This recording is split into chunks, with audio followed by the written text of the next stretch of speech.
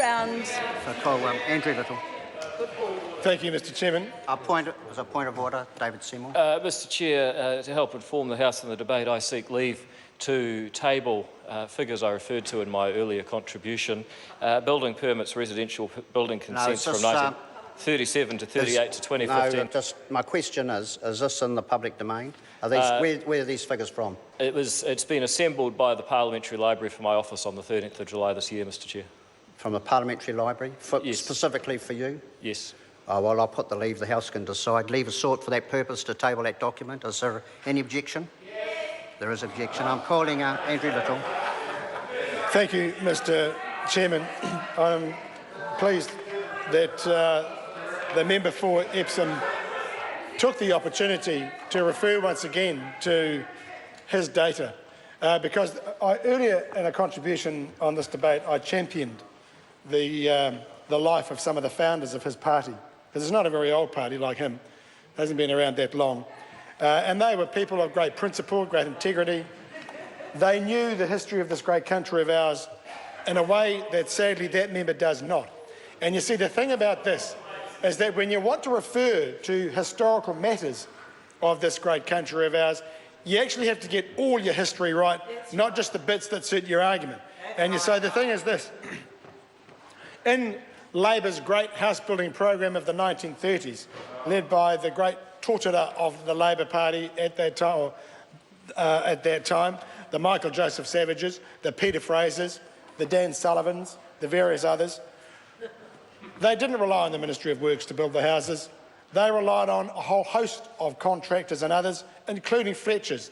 And the great empire that is Fletcher building today, or whatever they call themselves, actually has as its origins that very time from a progressive Labor government with a progressive founding director of that great company that actually built the houses.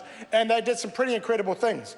And I recently had the privilege of visiting Savage Crescent in Palmerston North, which was one of those progressive housing developments designed and developed at that very time, because it wasn't just about housing, it was about community as well.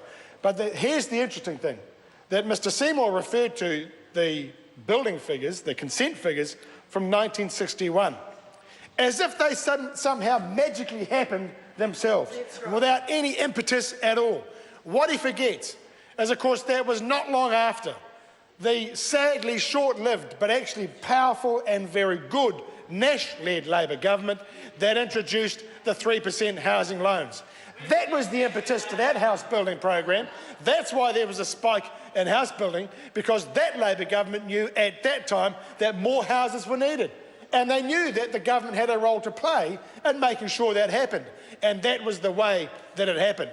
And sadly, we have now an ACT Party representative that does not respect the fullness and the greatness of this country's history, because what he doesn't want to admit, like many members opposite, is actually the greatest moments of this country and its social and economic and political development have had at its heart the Labor Party. Oh yes, at every turn, the Labor Party has led progress and development, and for the benefit of all citizens. And that's why, Mr Chairman, this amendment, the Part 3 amendment introduced by the Labor Party, is so important, because it is just one element of the genuinely comprehensive package for housing to meet the needs of the present housing crisis that is now a matter of urgency. And, you know, good on the government and the present minister for realising that, you know, something has to be done, although he can't bring himself to say there is a crisis. We can all see that the special housing areas, no matter how kind of muted their ultimate impact, okay, good idea, let's extend them. That's why we support that. We don't support Part 2. But this has allowed us the opportunity, the Labor Party, to now put before this House the genuinely comprehensive housing package that we've got. And Part 3 allows us to talk about our program, the Kiwi Build program, which is about 10,000 houses a year. And all Part 3 does is require the minister to not only take up the proposal, but to report in an effective and timely manner on it. We can do this. The government can actually do this stuff. It requires political will.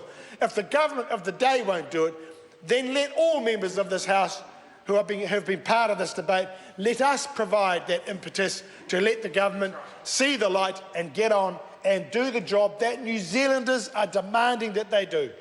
Far too many New Zealanders now see no hope and no future, no prospect of owning their own home. And we have to do better.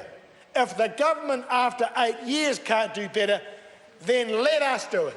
Let us do it. So I am thankful for the opportunity the government has given us to lay out our plan, but it is now, as this motion for this whole legislation tells us, is urgent, and if the government knew what it was doing, it would urgently adopt our plan.